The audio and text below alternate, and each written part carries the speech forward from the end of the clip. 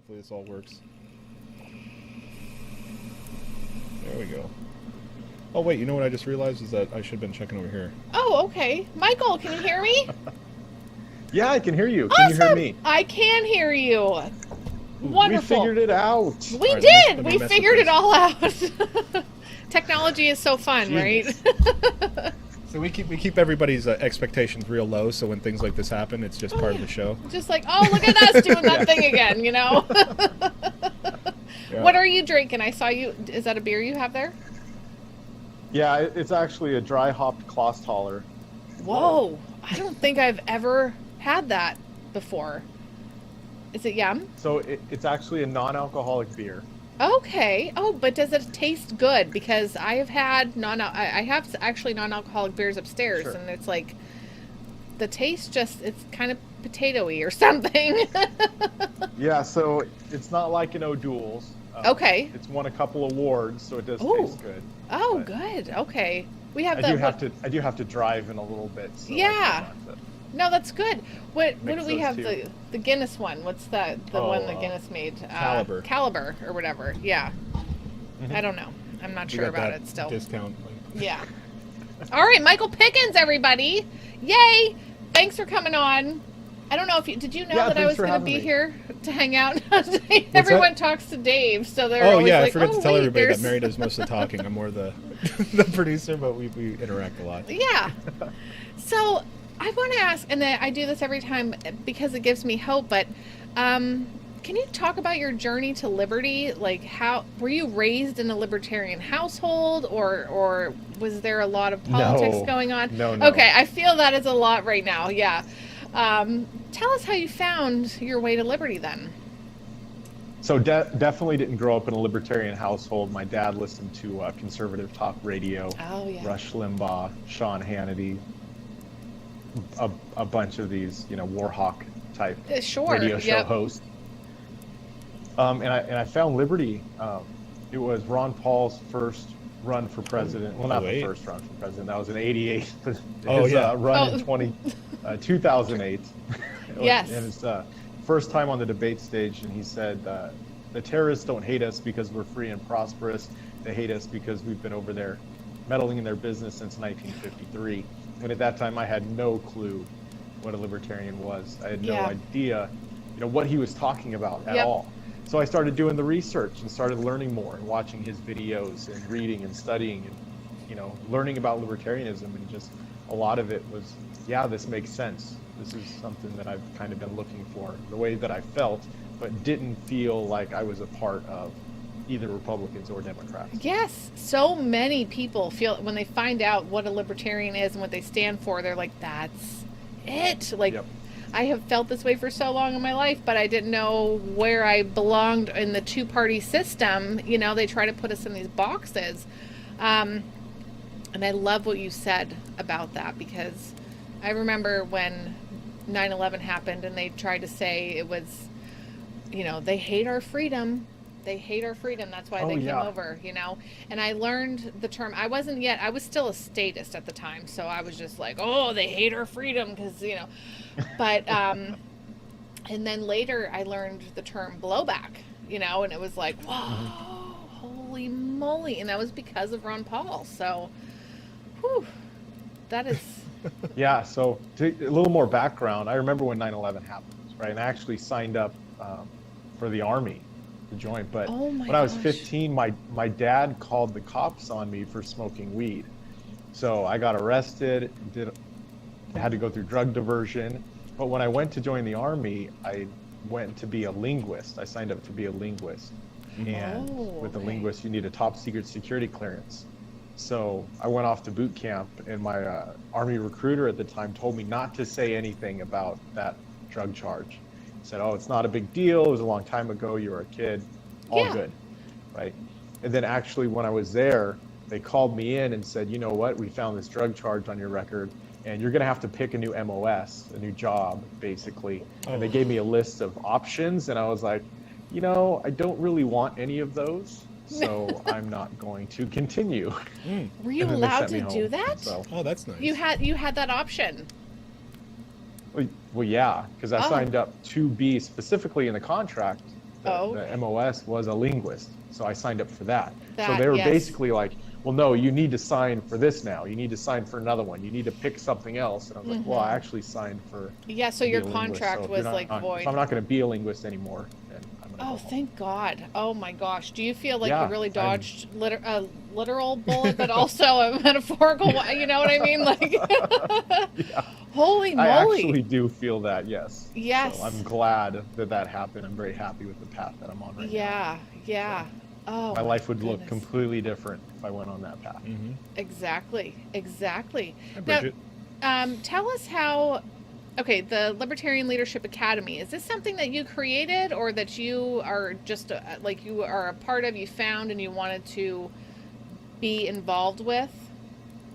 Yeah. So, getting involved in the Libertarian Party back in 2011, I got involved with the Gary Johnson campaign in 2012. I got elected as Northern Vice Chair of the Libertarian Party of California, and then moved up to Washington right after that and became the Washington State Director for the Gary Johnson campaign, also doing property management at the time. But getting involved at the state level and learning that there were no other Libertarian candidates on the ballot all across Washington State besides Gary Johnson in 2012. Wow. So after that campaign, realizing that the only way that we're ever going to get a Libertarian elected president is if we can get a Libertarian elected to city council. So then I spent the next few years recruiting candidates. In 2014, we had recruited 12 candidates to run for state representative. And then 2015, we recruited 15 candidates to run for the local level. 5 of those got elected. And 3 of them are still elected to this day. Oh, That's awesome. So nice. taking the knowledge and the skills that we learned from those campaigns, created an online academy. Well, I created a live training basically and did seminars around Washington State. And then I've done seminars in numerous other states as well. One year I did 15 in different states. Wow. But I created the online academy, and we give that away for free actually. So if anyone reaches out, they can get signed up for the online academy and get plugged in and go through all the training. We've got Larry Sharp's campaign training in there as well. We used for his gubernatorial race, fundraising training, signature gathering training, social media training. Like there's a ton of content that's uploaded in the academy. And I created that so then I could turn and change my focus back to business, to where people can still get educated, candidates can still get educated, and I can go focus on other aspects, because I used to coach a lot of candidates and now I don't really coach very many candidates one-on-one. Okay. I give them a workbook and then an online training that they can go through at their own pace. So that's where we're at right now. Yeah, I was going to say, tell us exactly what this is then. So when people, seek it out, or if they're interested in it, that they know. So we have a friend said I would love to run for Yeah, office. because, there's some people in here saying, like, I would really want to do something like that. So I just interviewed a candidate that wants to run for Seattle City Council in a podcast that we recorded 2 days ago. And I actually go through the basics of setting up a campaign, and especially expectations and mindset for a candidate as you go through the campaign. So one thing you have to understand is you have to think about the last time they ran for office and how many votes they got. So if it's their first run, that means they got 0 votes the last time. Mm-hmm. Okay. So then any votes that they get this time, their first run, is an improvement. Oh, cool. Right? It's a step up. Yes. And if they look at it like that, and they think, even if they lose, they're winning, right? Even if they lose the election, they've gained a number of votes, a number of supporters, their fundraising list has gone up, right? They're actually raising money. So, and even if they lose, the next time they run for office, they now have a website that's built. They have their issues that's all taken care of. They have some experience, hopefully public speaking. They've got some experience fundraising, right? They're now, the second time they run, they're at a different level completely. Yeah. And if they look at themselves like a character in a video game, and that they're leveling up as they go through it, win or lose, their skills are getting better and getting better and getting better. And if they look at it like that, they're going to be successful and they're going to be happy going through the election. Yeah. And even if they lose, they're going to be happy when they lose. They're not going to be sad. It's not a sad thing because they didn't lose anything. Because if they wouldn't have ran, they would have got 0 votes. So even just running, they got something. And then you can take historical examples of libertarian candidates or candidates in general that took them multiple times to win. You have Susan Marie Weber, who's the mayor of Palm Desert, California, and it took her 4 times running to get elected on the city council there. Wow. 4 times. Oh. Just the city council, yeah. Just the city council But level. she kept going. So she's on the executive committee of the Libertarian Party of California. How did you get into coaching people? I mean, how did this all start I went for you? through a few. Yeah, I went through a few coaching programs myself. Jack Canfield, who wrote the Success Principles, also the Chicken Soup for the Soul series, and a course called Maximum Confidence. I went through his personal coaching program. So I was coached by him. And then I went through Bob Berg's coaching program as well. He wrote the book, The Go-Giver, as well as Endless Referrals. So I went through his coaching program also. Wow. So getting coached by people in business and in personal development, just use those skills and then in turn started coaching other people. And basically all I'm doing is getting people to believe in themselves. Yeah. That's what it comes down to. Yep. So that's awesome. You know, and when I love that so very much. And when you said about if somebody runs and they don't win and they still feel like, hey, you know what, great, because I did it. It just, all I think is Larry Sharp, because he just is like, okay, so I didn't get it, but we're going to just keep on trucking. Yeah, and he he's didn't got stop. this like We've had him energy. on a couple times, and he's a great guy, but he just talking about like, he just doesn't, he's just go. It's not over. It's not over. Just because I didn't get it doesn't mean that this is done. He has something that I feel like a lot of people don't have. They get that like, oh, I lost, and yeah, you know, Dave and I were there when Ron Paul lost. We're like, oh, boo hoo. Yeah, we gave like, up. We didn't even run. We're We like, gave well, up. that's it. You know, just as fans and libertarians, but. So it's Larry understands this principle very well. It's a long-term vision with short-term goals. Yeah. Right. Long-term vision, short-term goals. He put out his 7-year plan. Right. Now, the 7 years may restart every year, but it's still, he's got his short-term goals and he's got that long-term vision and he's moving forward on it. And you just keep taking steps in the right direction. We've got a candidate here who ran for mayor in Spokane. His name is Jonathan Bingle, and he lost. He got 4th place out of 4 candidates, but it ended up being over 5,000 votes. Now he's going to run again for city council in one of the districts, and he's got, you know, a ton of support already going into that city council race, which is now he's only going to have to vie for 1/3 of the votes for the entire city. Nice. Yeah, so he's way better off. Yeah. Yep. Name recognition. Exactly. You know. That's amazing. And he wasn't deterred by his loss one bit. That's so Because great. he understands those principles and the long-term vision, the short-term goals. So set your expectations correctly, and you won't be as disappointed. Oh yeah. That's the hard part. And then you also have to understand, and when you're going out and talking to people, some people will want to support you, right? Some people won't want to support you. And you have to think to yourself, so what?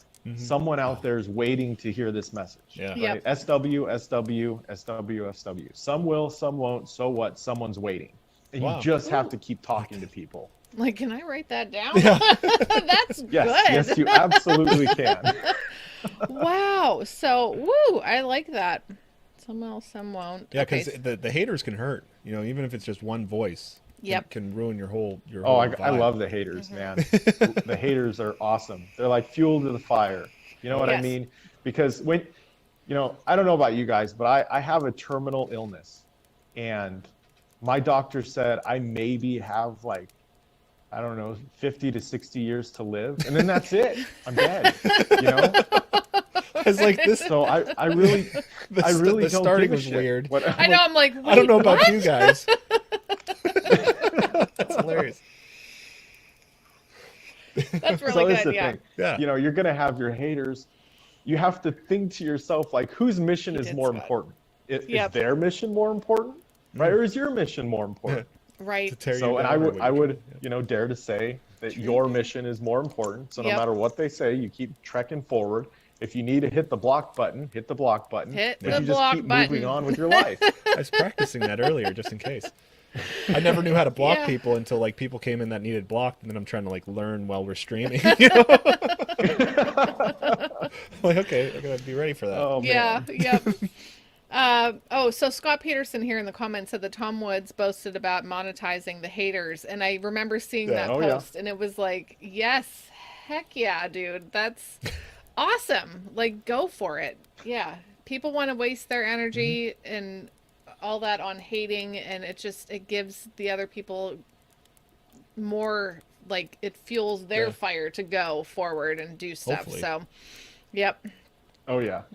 I love Yeah, it. the Mises Caucus and Tom Woods, they're monetizing the haters right now, and it looks like they're having a lot of success by doing it. That's Yeah. great. Bringing in what, like $4,500 a month in donations. I just That's started just- following the Mises Caucus, and it's exciting. Yeah, they're moving quick. That's Yeah, some good stuff yeah. there. That is. They're taking action. And you know, that's what it's really all about, is just taking action, just doing something, going out and shaking hands or meeting with people. What we're doing here in Spokane, so we're looking to run Yeah. an initiative. Wanted to bring Please. that We up. just Yes. filed it, or filed our organization, Decriminalize Spokane. So now we can open a bank account and do all that stuff. But we have the initiative ready to go. And we're looking to we need to get 3,400 signatures, valid signatures within the city of Spokane.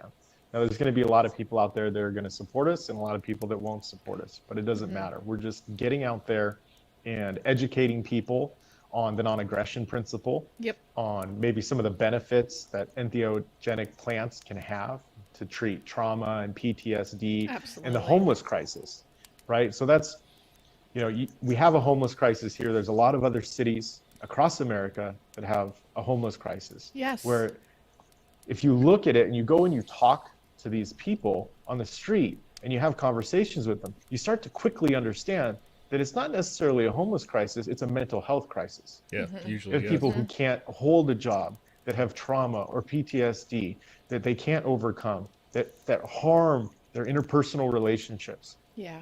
that harms their ability to stay consistent, right? And then you have a system that's built up around them that it's created to basically destroy lives. Someone gets a drug charge on their record, like the criminal justice system is like, well, drugs are bad and they're going to ruin your life. So if we catch you with them, we're going to arrest you and throw you in a cage, Ruin and your we're going life. to make you lose your house and all your things and all your friends and all your family, and we're going to fine you thousands of dollars, and we're Yep. going to destroy your life. Yeah, that'll And teach fix you a it. lesson. Yes. Yeah. Put it on your permit record. How There is that is helping no anyone? logic. Yeah. No. Yeah, no logic in this system whatsoever. So we're hoping to bring light. Well, actually, we are bringing light to these issues Good. and pointing them out.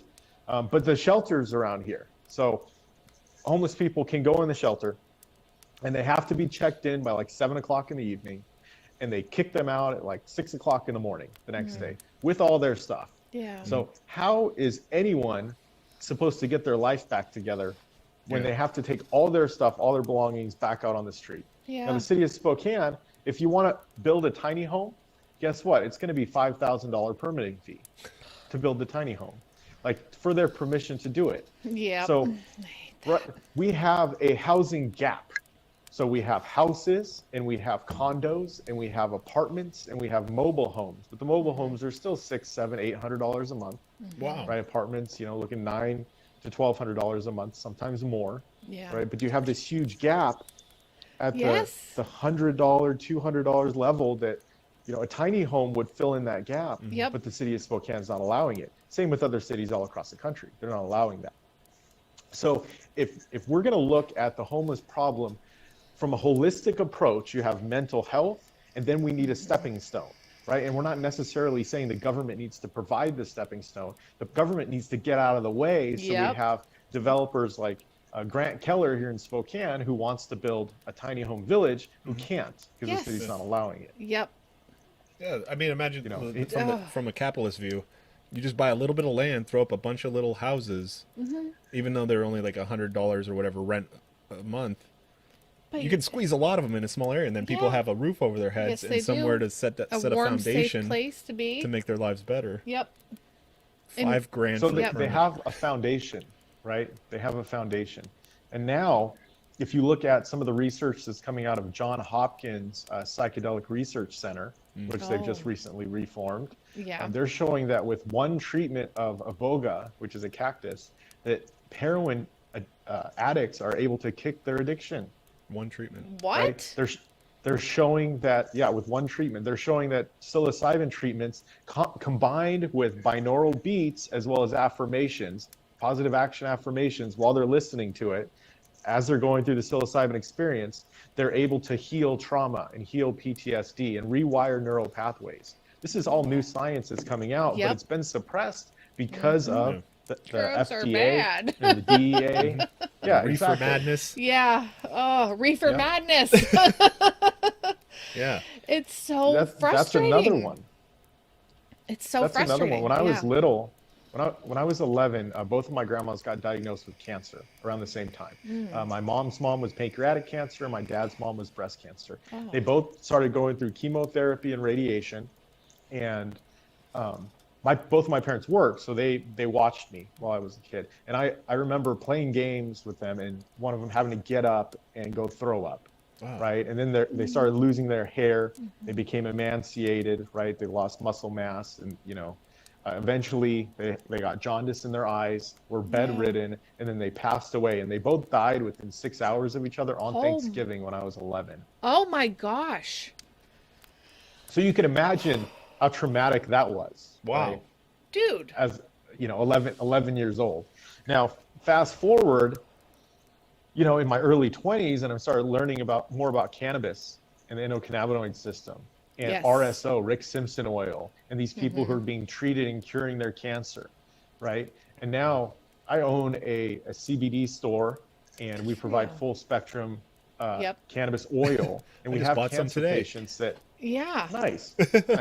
We have, full spectrum oil that, for example, we have a lady named Teresa, and she had stage 4 melanoma, and which is lymphoma. I'm sorry, lymphoma.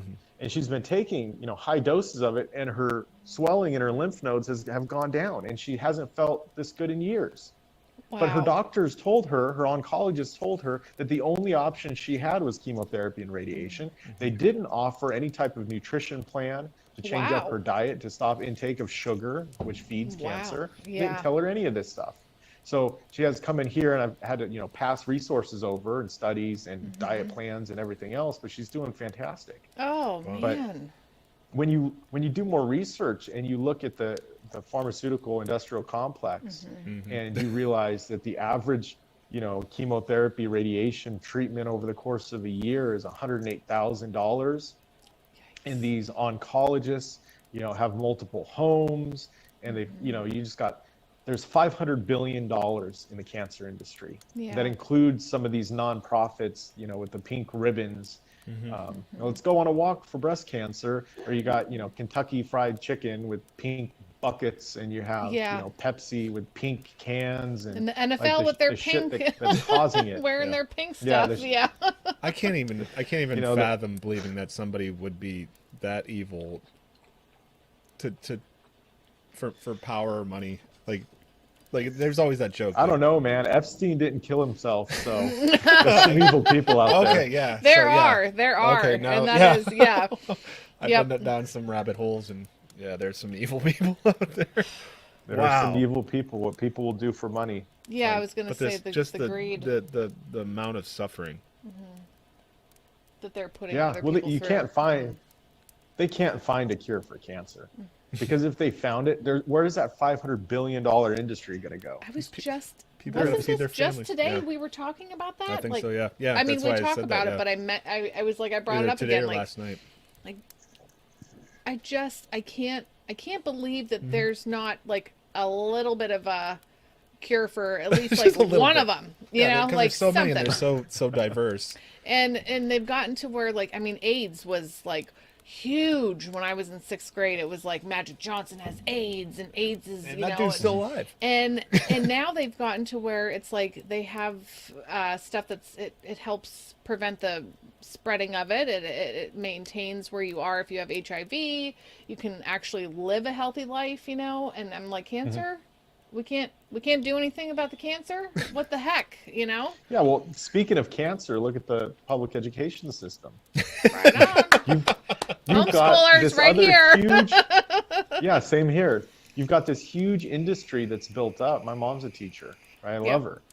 But her pension and her husband's pension and everything else is dependent on that. And now she's, working 4 hours a week and super excited and still getting paid all kinds of money and not understanding that the community that she's living in, people are being, oppressed and property taxes are going up, in a poor area, the renters pay for it, paying for these pensions and salaries and everything. And, $16,000 per kid going into there, imagine.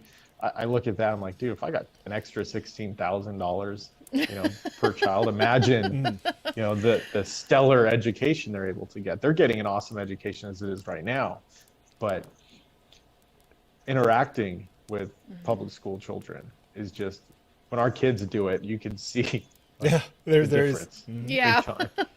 Yep. Yeah, my kid's in Cub Scouts, and just like seeing the difference between him and the other kids. Yep. And we never, and I always feel like I'm coming from a place of worry when I talk about homeschooling, and that people are going to think like, oh, you're putting me down because I have to send my kids to public school. And it's like, no, were blessed with a life. We're just fortunate that we can survive on one income, and I'm able to be home with the 3 kids. But I do think that even if your kids go to public school, there needs to be parent involvement and I think a lot of the folks here are too involved with their children, to kind of negate even more, some of the stuff. To fight back. Yeah, that they're being taught, And I'm almost worried more about the other kids than the teachers. Oh yeah. It's wild. So though. There is an extensive network of, employees that rely on the public education system right now. Yeah. So that's what it's going up against. They don't like competition. They don't want to see that. No. I would love to. Yeah, I still pay school taxes. I was going to say we still pay school taxes. I'd love to see I mean, I say oh, I'd love to see that money come back to me and to my kids, for our schooling. And then other people are like, well, what if you don't pay school taxes? How are the kids in school gonna, And I'm like, it's already society. Yeah, I'm like, it's already wrecked, we need to turn this ship around, so much. They're so not learning. Yeah. They're not learning actual life skills. Nope. You send the kids to school, and it's they are learning basic math. Oh, reading and writing and the things that are going to be on the test stuff. I don't know. The things that are going to be on that test that they have to take for the state. That's what the kids are learning. Yeah. But there's so much that they're learning that just isn't going to benefit them later in life. No. People on YouTube, I don't know. Not at all. I remember our nephew was going to school. They're in Pittsburgh, and his mom, it's Dave's sister, was talking to me about what her son was learning in school, and it was all geared towards what was going to be on that test that year for the 5th graders for Pennsylvania, whatever test that they have to take.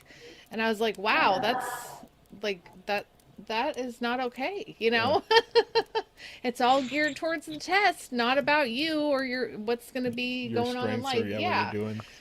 Oh, frustrating. Yeah. There's some really good TED Talks online. Simon Sinek does a really good one on the education system. Simon Sinek? And yeah. Okay. Sorry. Now, this is the thing. There's so much innovation out there. There's so much technology, online training and classes, and some people say that, oh, well, I wouldn't want, someone who learned online to be my brain surgeon, right? And that's actually true to an extent. They're going to get but you can get some type of hands-on training. Yeah. Right. But most of the textbook training can be learned digitally, where you don't need to be sitting in a room with a professor regurgitating information out of the book. Right. It didn't work for me. That type of education didn't work for me. It doesn't work for a whole lot of people. Once I found out when I was a junior in high school that my small business management teacher was just teaching out of the book and had never owned a small business before, I just read the book in a week and got all the information. I was like, okay, can I transfer out now? Can I go now? Can I go now? Like, I'm ready to move on. Yeah, I've like already go talk to a covered this. real business owner somewhere. Yeah, exactly. And then, I was looking at college and, okay, I want to go into business. Well, business management. And you got to take these 2 business classes, but then you got to take all these other classes that have nothing to do with business. And I was like, nope, not going to do it. What books do I need to read? I'm just going to buy the books. There and I'll you read go. through them quickly. Yeah. And you can get that knowledge and information so much faster and so much cheaper.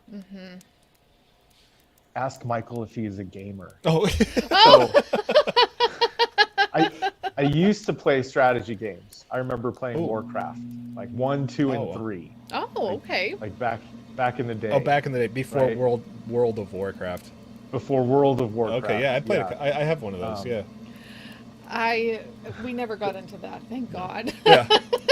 People got lost in there. I know people have just got lost in that game. Oh, sure, yeah.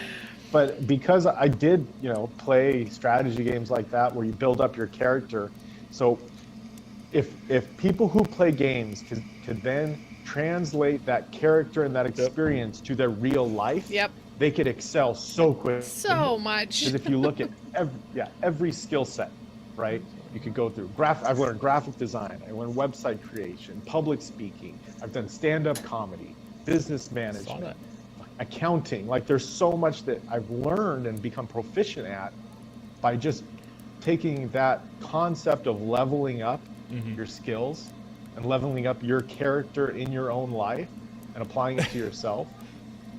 It's just awesome. Yeah, that's awesome. I'm using with the show right here. I'm like, yeah, we've been leveling up like since we started. Like, like we're doing pretty good.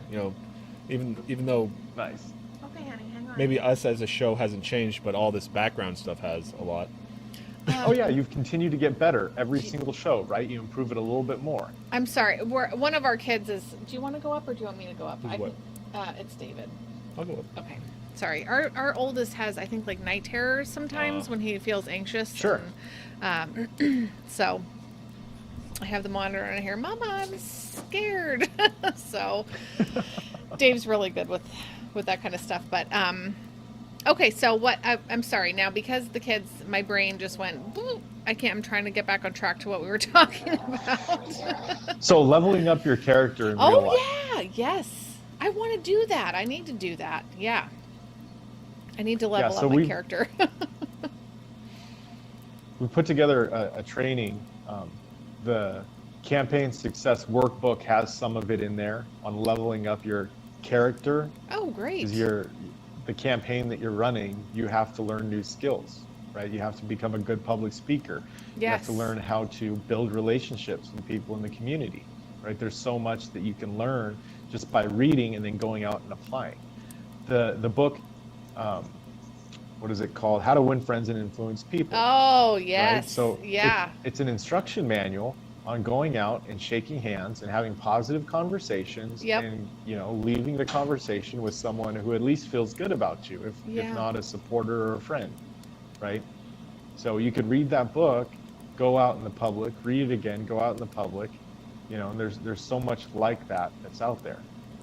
And now once you've read it and you've increased that skill on how to connect with people in the community, you're at that next level. You're going to have so much more success in your campaign, right? How do I write a fundraising letter? How do I write a campaign prospectus so you can get money, right, into your campaign so you can buy signs and advertisements and whatever else. Yeah. Right?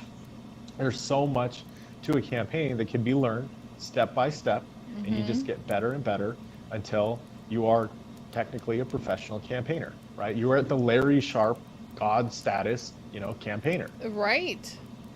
It's so crazy to think that I could learn that kind of stuff. I don't know. I can. Well, the first time you put on a podcast, when was the first time you put on a podcast? Oh, it It was over a year ago. I mean, and we were just over a year ago. Yeah, we were just on our couch with our phones and, you know, just trying to connect with the community and Liberty memes and, you know, just talk to people, get to know them kind of thing. And this is, Dave might have said this already when I was listening for my son, but he was like, that's it, we're doing a show, I'm getting a green screen, we're getting, you know, we're turning this into something, which is great because I love to talk to people and get to know people. So, so yeah, it's been over a year now for sure, like a year and a half probably. So a little over a year and a half ago, you were at level 1, noob, podcasting noob. Yeah. Right? Yes. And then you started out and you released crap 1.0. Yep. Right? Your first one. And now you're at like good 2.0 or great 3.0. The different versions have been coming out. Yes. And you've been leveling up your character. Your weaponry and your skills and your armor has gone way up. Like you got a fireplace in the background and I'm on the big screen. Right? I know. Thanks to Dave, right? Yeah. I love it. I love the background. I wish that was our fireplace, but you know, it's just a green screen behind me. It's all mixed up when I stand up. We don't have a... Yeah, but you've leveled up. Yes, exactly. Thank you. I'm going to look at a bunch of my, like, even just as a mom, I'm leveling up. Yeah. I'm leveling up. There you go. I need to level up. So when you think of it like that, you release the feel-good chemicals in your brain. Because if you're playing a video game and your character levels up and you get that feeling, like, that's why it's gamification feeling. Yeah. Yeah, it's addictive. And then you start, you know, wanting more of that, wanting more accomplishment. You know. I like that. And I can this is something I can even use with my children, right? I mean, like a technique that I can, like, because they like gaming. Oh, definitely. Leveling up as a human, as a person. Yes. Yeah, so leveling up their communication skills, their emotional intelligence, right? You ask them to do the laundry and they don't break down and cry anymore. They just get it done as quickly as possible so they can go back to what they're doing. Yes. Because they have that in their mind now. They're at that emotional intelligence level that they're not going to get upset over something simple like that, right? That's fun. That's fun. Can I ask? It really is exciting.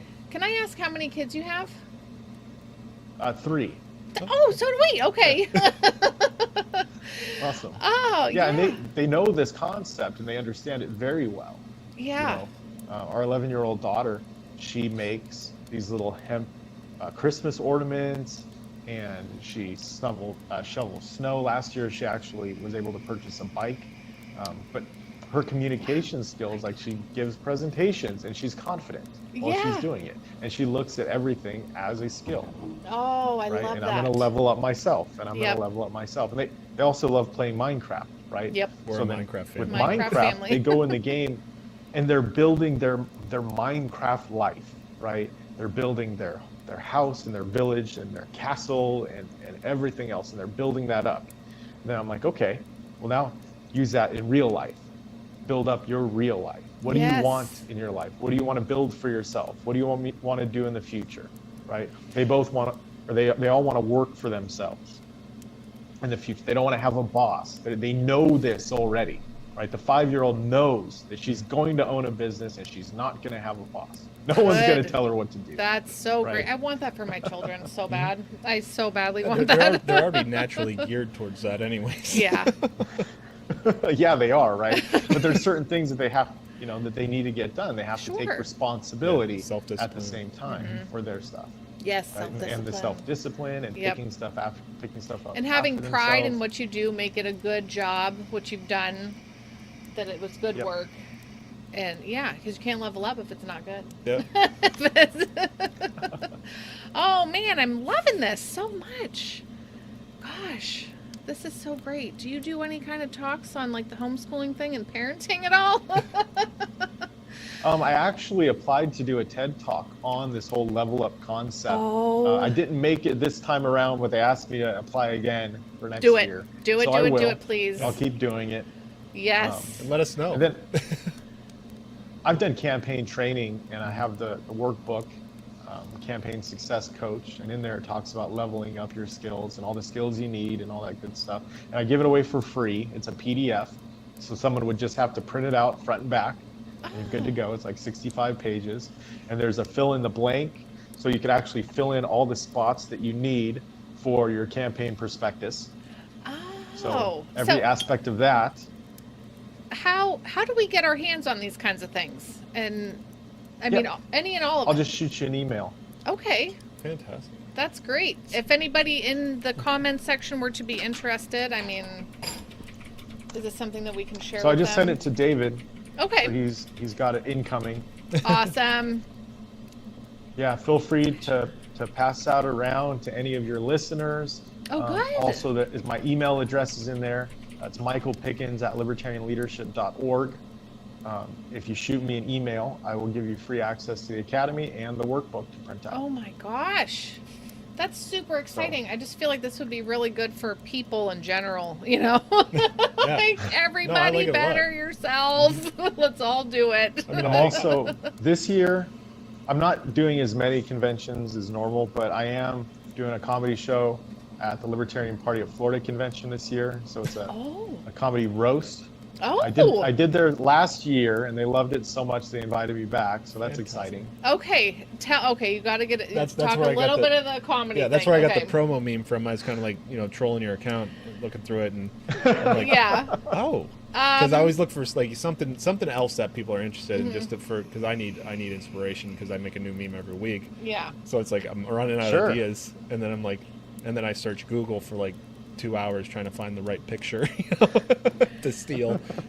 So on the Libertarian Party of Florida page, there's a video of my comedy roast. So I roast some of there's a lot of inside baseball type stuff with local activists in Florida that I'm roasting. Okay. Also, the announced presidential candidates at the time last year.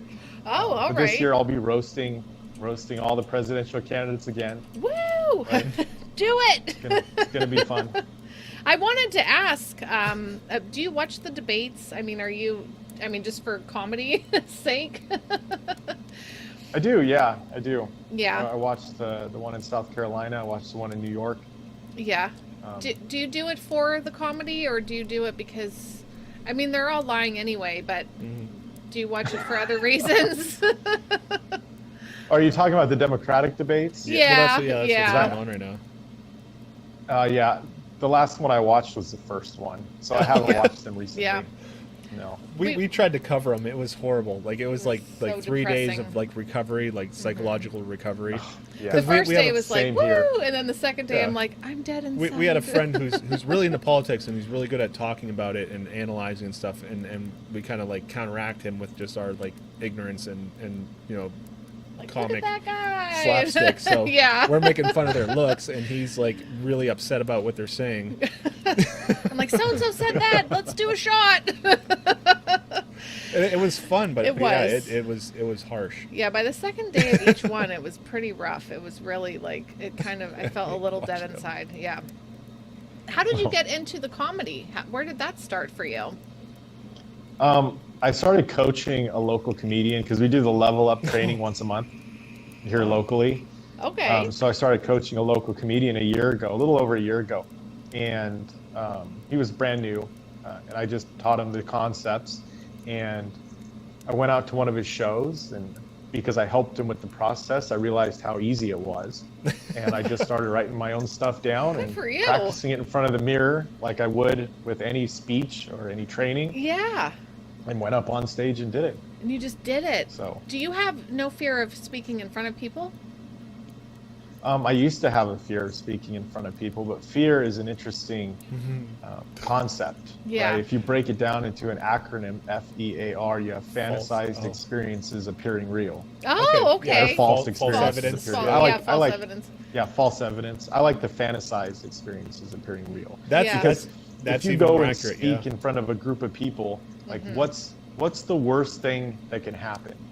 Now, mind you, this group of people is not at a Donald Trump rally, or it's not at an Antifa rally, right? This is like a community event or something like that. Right? Friends, But what's the worst that can happen? People don't like what you're saying. They get mad at you. Yep. Right? There's no real danger involved with it whatsoever.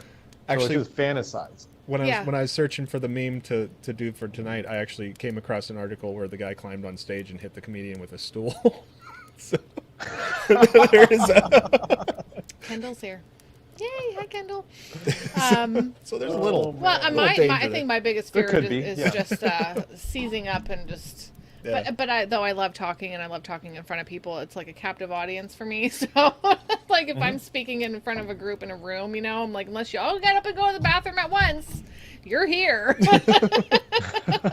So I got over that pretty quick, but I like the fantasizing. Yeah, the fantasize is a lot more false.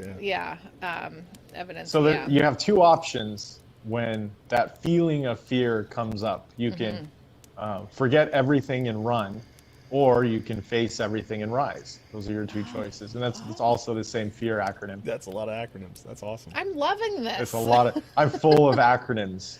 I love it. Like, full disclosure, we did Amway face way back. Everything and rise. So we read a lot lot of self-development. There was a lot books. Of self-development, which I will not take any of that back. Worth all the whatever. This was a long time ago. The self-development and learning how to interact with people and deal with people and how people work was huge. So it's like I'm relating a lot with what you're saying. I've read a lot of the books, and I recognize some of the ones that you said. Yeah. Oh, were you here? He mentioned the How to Win Friends and Influence People. Oh, amazing book. Yeah.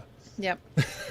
So another really good one for those of your listeners who are actually paying attention and writing this stuff down. There's a book by Dr. Shad Helmstetter. It's called What to Say When You Talk to Yourself. Oh my gosh, nice. I feel like I might have that down in my basement here. It's probably in a box over there. I might have read that. What to say when you talk to yourself. Yes. Yep. So it's those positive affirmations, and you can reprogram your subconscious mind. You can literally change who you are as a person by changing the words that you say to yourself. Yes. And then if you add psychedelics on top of that with some binaural beats in your headphones, you could change it quickly. Just change those neural pathways. I love and become any character that you want in your life. Oh, you want to become a stand-up comedian, create some affirmations, talk about, I love going up on stage and making people laugh. Yes. And if you hear that, 10 times a day, you're eventually, when you go up on stage, you don't have that fear anymore because you make people laugh, and it's just all automatic. Yep. So, tell me, binaural beats, well, it reminds me of, who was it? Baroque. Bob Davies, who said always listen to Baroque music. Oh. Like when you're studying stuff. Yeah, he had I bought the CD. It was like Baroque music, like classical music. It's supposed and to be it's supposed to get your brain in the right wavelength to ingest what you're. So there's they're called Jello frequencies, I believe. That's what they're called. And you have binaural beats as well. So you can look these up. Binaural beats sounds a lot more fun. Yeah. Sorry, if you ever see us doing these kinds of things, like waving or like I'm winking at people, like we're interacting with our commenters without like saying words. I'm just like, okay, so binaural beats. All right, so can I is this something I can Google and get a? Yes, you absolutely can. Okay. You can YouTube it. You can YouTube binaural beats. You should Google it first because there's different frequencies also. Oh, and that matters? So the 417 hertz frequency is supposed to expel negativity. Wow. Right? Expel negativity. And then if you combine that with a gamma beat, which goes straight to your subconscious mind, and you also add a track of your affirmations on top of that, and then you listen to it, you do your affirmations in the first person, I am. Oh, yes. Right? Yep. Dude, this is so good. I love going up on stage. Yeah. Yep. Yeah. Oh, yeah. Yeah. And you become better. And that's the thing, with going back to fear, you can only overcome it by doing the thing that you fear. Yeah, so if you're afraid of public speaking, you have to join Toastmasters and get started on that direction. Yeah, because the only way to where did I read it in? But it made so much sense to me that the only way to quell that fear that was to go and do the thing and see that you survived it, that you beat it. You almost like immersion therapy. Yes, exactly. That's why I make you watch horror movies. Wow, I hate horror movies, but I watch them anyway with Dave. She doesn't like being startled. I hate being startled. I don't recommend Sorry, David. I don't recommend the horror movies, right? Because that's what you're putting in your subconscious mind. I know, that's what I think in my brain. Yeah, I'm like, okay, there's certain fun. ones I'm like, okay, I can watch this. I can watch this one. And then I pushed myself too far. I watched The Conjuring, and I was just like... No, yeah, you wanted to. I know, and then I was really upset that I wanted to watch it. 'Cause that one was bad, yeah. That was not any fun. if there's a positive ending, then it's going to help you actually overcome fear, right? Because if someone goes through a traumatic experience in this movie and comes out on top and comes out winning and ahead, then that'll program your subconscious mind that there's a positive ending. Okay. Right, as long as you persevere through it. Persevere. But if it's one of the movies where everyone dies, and, Yeah. Oh man, we're screwed. Yeah. Yeah. I was right all along. Kendall wants to know, he said, is this like that biofeedback? Anything that you were talking about? Was that like the... And I don't know anything about biofeedback, so is that something you can expand upon? There is a biofeedback therapy, but I'm not familiar with it. No, I don't know exactly how that works. So. Oh, Derek says he got his daughter to watch The Ring. That one just no. we can't The Grudge, that one. Oh yeah, we can't delve into horror right now though. No, I'm not going to do that. I'm not going to go there. So so just a few like. Andy asked if Andy Borzowski is still here. He did ask earlier, and I want to bring this up again. But did your recruiter get in any trouble for lying about your situation when you went into the service, and then they found out about it? You know, I've thought about that. I don't know. Oh, okay. I never tried to contact him again or anything. I wanted nothing to do with it after that point. Oh, I'm so. But I thought about it. Yeah. I'm just so happy for you. You are making such a wonderful, positive impact on this world. So much more useful. Oh, gosh, I'm so glad. But it's those negative experiences that craft who we become.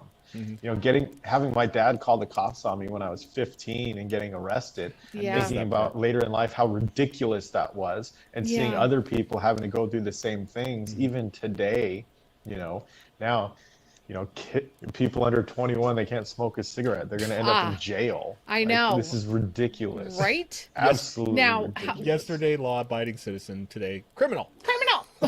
Yeah. Is your pointless law? Is your dad? Did he ever change his mind on the whole thing, or say Apologize? like, "I wish I hadn't done that," even though that is something that kept you from possibly dying for? It's weird how that worked out. Yeah. I have not talked to my dad in like 11, 12 years. Wow. Oh, okay. It's been a long time now. I've reached out to him numerous times, but with no response whatsoever. Really? So I don't think he's really changed his ways at all. No. Yeah. But he's super conservative. Like, my uncle's gay. I love them, but they're disowned from my dad's side of the family.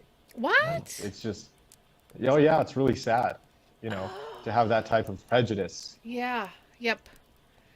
How do you? And because I believed a different ideology than my dad, I was going against him. He's one of the type of people that if you aren't 100% with him, then you are 100% against him. Yeah. Yep.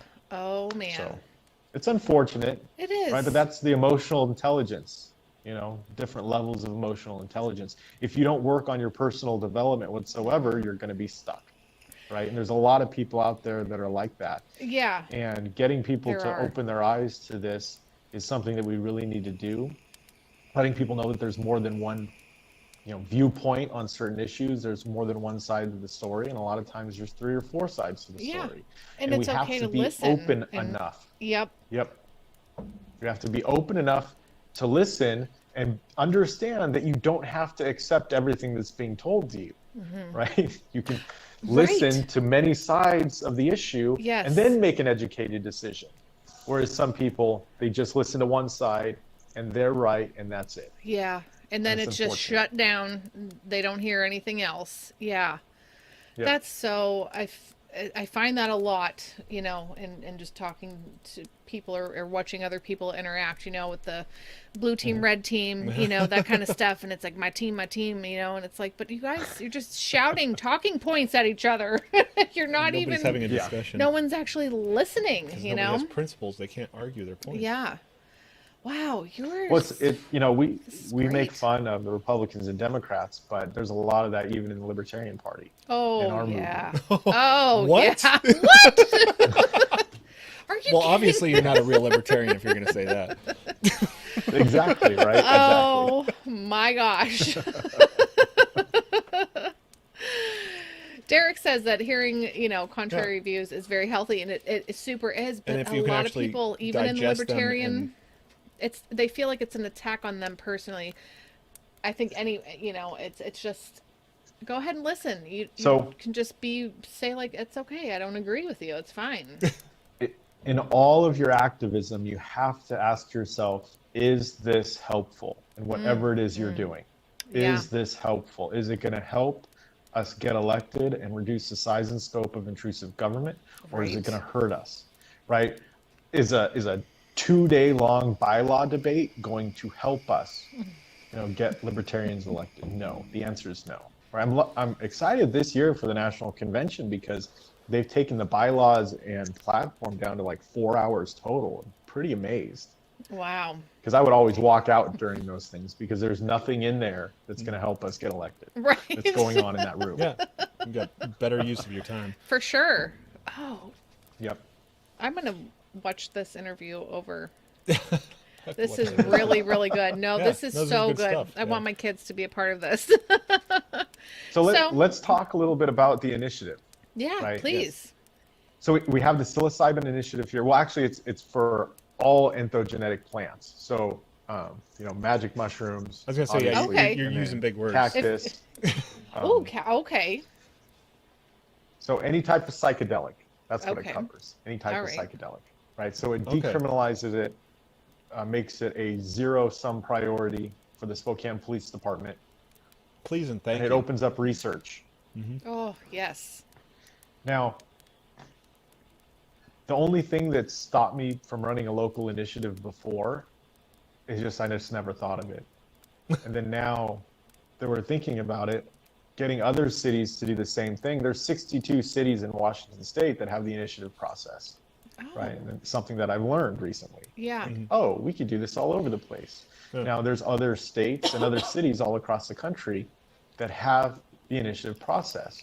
Now, your people who are listening, start looking into that in their own cities, running an initiative that will most likely pass, that we can use to educate people on the non-aggression principle, that we don't have to include any type of labels whatsoever, and we can educate people on principle, right? Yes. That's going to change the game completely.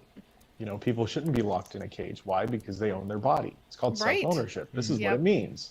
Right? This is what the non-aggression principle means. Yep. People should be able to put whatever they want in their body unless they're hurting anyone else. Amen. Well, they're going to be on drugs. Druggies steal from people. Well, if they steal from people, then obviously that's a crime. Yeah. And they should be prosecuted. It's already taken care of. That's an issue. It's but already on the we books. Can't pre-crime people. Yep. We can't be pre-crimey. Right. So now if we get more people to look into running local initiatives, whether they win or lose, they're going to gain a bunch of publicity. They're going to increase their organizing skills. Yeah. They're going to build a network. They're going to get a team built up around them. Team, that's another acronym. Together, everyone achieves more. Yeah, right? yeah. And even if they do lose, the next time they run 2 years later, they already have the initial start to it. They already have their website. They already have the talking points. They have a bunch of experienced people, and they're going to be in a much better place to win. And it's been going on with cannabis legalization across the country. It's taken years and years for the public to be re-educated on the truth about cannabis, that it's not some drug that's going to make people go crazy or any of that other reefer madness bullshit. Right? It's not anything like that. I'm proud that my years parents to re-educate the public. I have actually talked to them about. I've openly been like, "Hey, you guys would really benefit, and you would fall into the medicinal category in Pennsylvania. you could totally do it. And they were just like, oh, okay, we're going to look into it. Instead of being like, oh, you know, it's illegal. Yeah, when I was a teenager, it was just like, oh, that pot, you know, like, but now they're just like, oh, yeah, no, that's great. We should totally look into that. I'm sorry. I just have to say, I'm excited that Tanner's here. Oh, that's what. Sorry, it's in our little circle. That's kind of a neat he's thing. an admin of a great libertarian page that you should check out. So, Libertarians of the West. Oh, awesome. Yeah, I think it's the fourth coming. All of our friends' pages are on like the 4th, 5th. Everything gets zucked. Yeah. Oh no. It's all just You try to say anything that's against the left side, and you're just Yeah. Zuckerberg. Especially in election season. Election season is the worst. Yeah. Have you experienced any kind of this? I mean, I don't know how much you're on, social media, but have you experienced any kind of censorship and stuff that you're trying to share or talk about? They've just taken the ability to post ads, and I've had to jump through hoops. That's pretty much it. Oh, yes. I'm not allowed to stream. He's not allowed to. From a post from 7 years ago. It had the silly windmill on it, and it was actually against them. Yes, it was anti. It just had a picture of them, and we have to erase history. So 7 years ago, I made a post that I'm currently on a ban for. 30-day ban. Oh wow! But see, the ad. Have you reapplied? The ad thing too. I know because I was involved with some like CBD and stuff, and some of my friends were saying like, we're not allowed to actually like post any kind of ad about this or like promote or boost it or anything because they consider it to be contraband and that's illegal and all this jazz. So every single ad that we've posted, we've had to go back and forth with them over and over, requesting reviews. Like it's just been a nightmare process, but we do it. So just keep on keeping on, right? Yeah, just keep requesting a review. Yeah, stick with it. Dude, I know. It's so frustrating. It's really frustrating. What platforms are you on? Where can people find you? Oh, wow. Well, Facebook, Michael Pickens Comedy, and then the Libertarian Leadership Academy. So I haven't done much with the Academy the past few years because I focus on family and business. Sure. But I'm getting it back going again. I'm speaking at 4 conventions this year and probably going to be helping with a lot more initiatives. Getting those started. That's something that I'm really interested now. Filing all the government paperwork, going through it myself, learning what to do. Now I'm in a position to just show others what to do. Yes, And then we have a referendum and initiative ready to go that was reviewed by the Decriminalize Nature Oakland crew. Neat. So they help with that. Wow. So now that's ready to go to share. So there's just more opportunity that's out there right now, and we need to be running these type of initiatives and running candidates in the nonpartisan races. Definitely, for sure, partisan races, but nonpartisan races. We're not fighting against the label libertarian. Yeah. So I like how you're talking like these initiatives are going on around the country, and it's almost like franchising it. Like seeing what works, seeing what doesn't work, building a plan out of it, and then just showing other people how. Here's what's working. Here's what they're saying. Here's what we're doing. Do it in your county. That's awesome. I love that. Yeah. So once we actually file the initiative with the city and it comes back, and we're going through the process, we're collecting names and phone numbers and emails right now for pre-signing. Okay. We can't start collecting signatures for another year, but when we do, I want to have all 3,400 signatures ready to go, all 3,400 people ready to go. We send out a mass text message and email, and boom, they're here signing, or wherever else signing it, and we get it, day 1, day 2, day 3, and we're done. Yeah. Yep. Get started. This is exciting stuff. In the meantime, helping other people get to that same level of preparedness. Right, to where we started this a month ago and we're about to file. The guys at Decriminalize Nature Oakland are like, "Holy crap, you guys are further ahead in such a short amount of time." Seattle has been trying to do it for 8 months, and they're, they've got nothing tangible yet to show. So it's just a different level of speed, because when you don't have that fear that's attached to it, you just take risks and you just go for things because you understand that if you fuck up, you could just fix it. Nothing's life-threatening. Yeah. Right? Oh my gosh, I love it.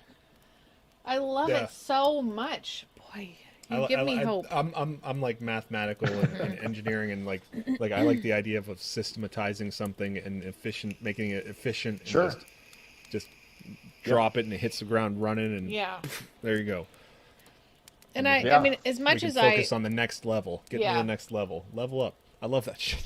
As much as I want government like out of my life completely, that's not going to happen overnight, you know, and I know that, you know, and I love these steps because this is real. Like, this is actually, like, this kind of stuff is impacting lives, you know, and other people are going to start to see, and their minds are going to be, like I said, my parents, you know, they're just like, "Ooh," my dad calls me and he's like, "What's the CBD stuff?" You know, like, he's really interested. Society's moving forward. It is. And I getting over all the scare tactics that they used back in the 70s and 80s, you know, and if we can just talk, oh man, this is so good. I'm going to watch this again tomorrow. This was a great interview. Thank you for coming on. Are we keeping you too long? If you have things to do, it's 8:14 your time, right? Do you have any other questions for me? Like I said, if anyone that's listening wants to get plugged into the academy, Michael Pickens at libertarianleadership.org.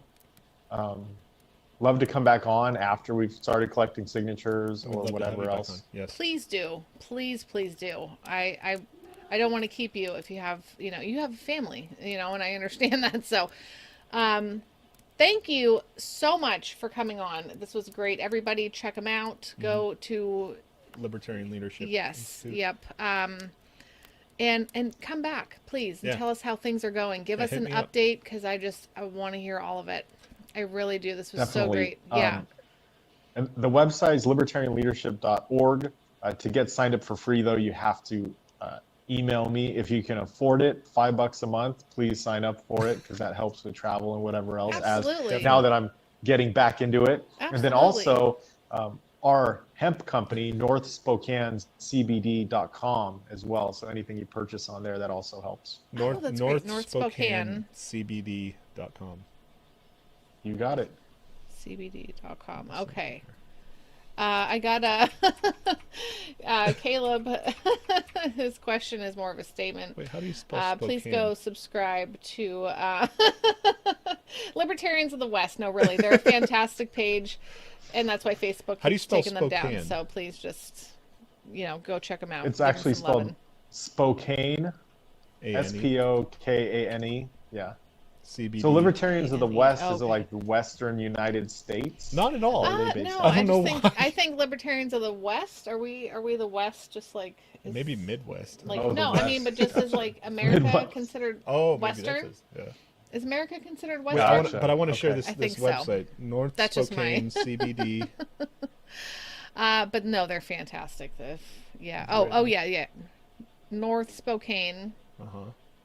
CBD.com. Okay, yeah. Yep. There we go. Yep, nice. You got it. All right. I just want to throw that. Thank you so much for having me on. Thanks for coming on. I really appreciate it. This was so great. Oh my gosh. Please come back and tell us all about, this was so fantastic. And I get so excited about personal development, and like you're hitting all those keys, and that was fun. Awesome. Yeah. I'm fired up. I'll come back with some more acronyms for you. Okay, please do. Have a great evening, Michael. Thank you. Yes, thanks so much, Mary and David. Good night. Good night. That was so fun. Oh my gosh, that was so much fun. I feel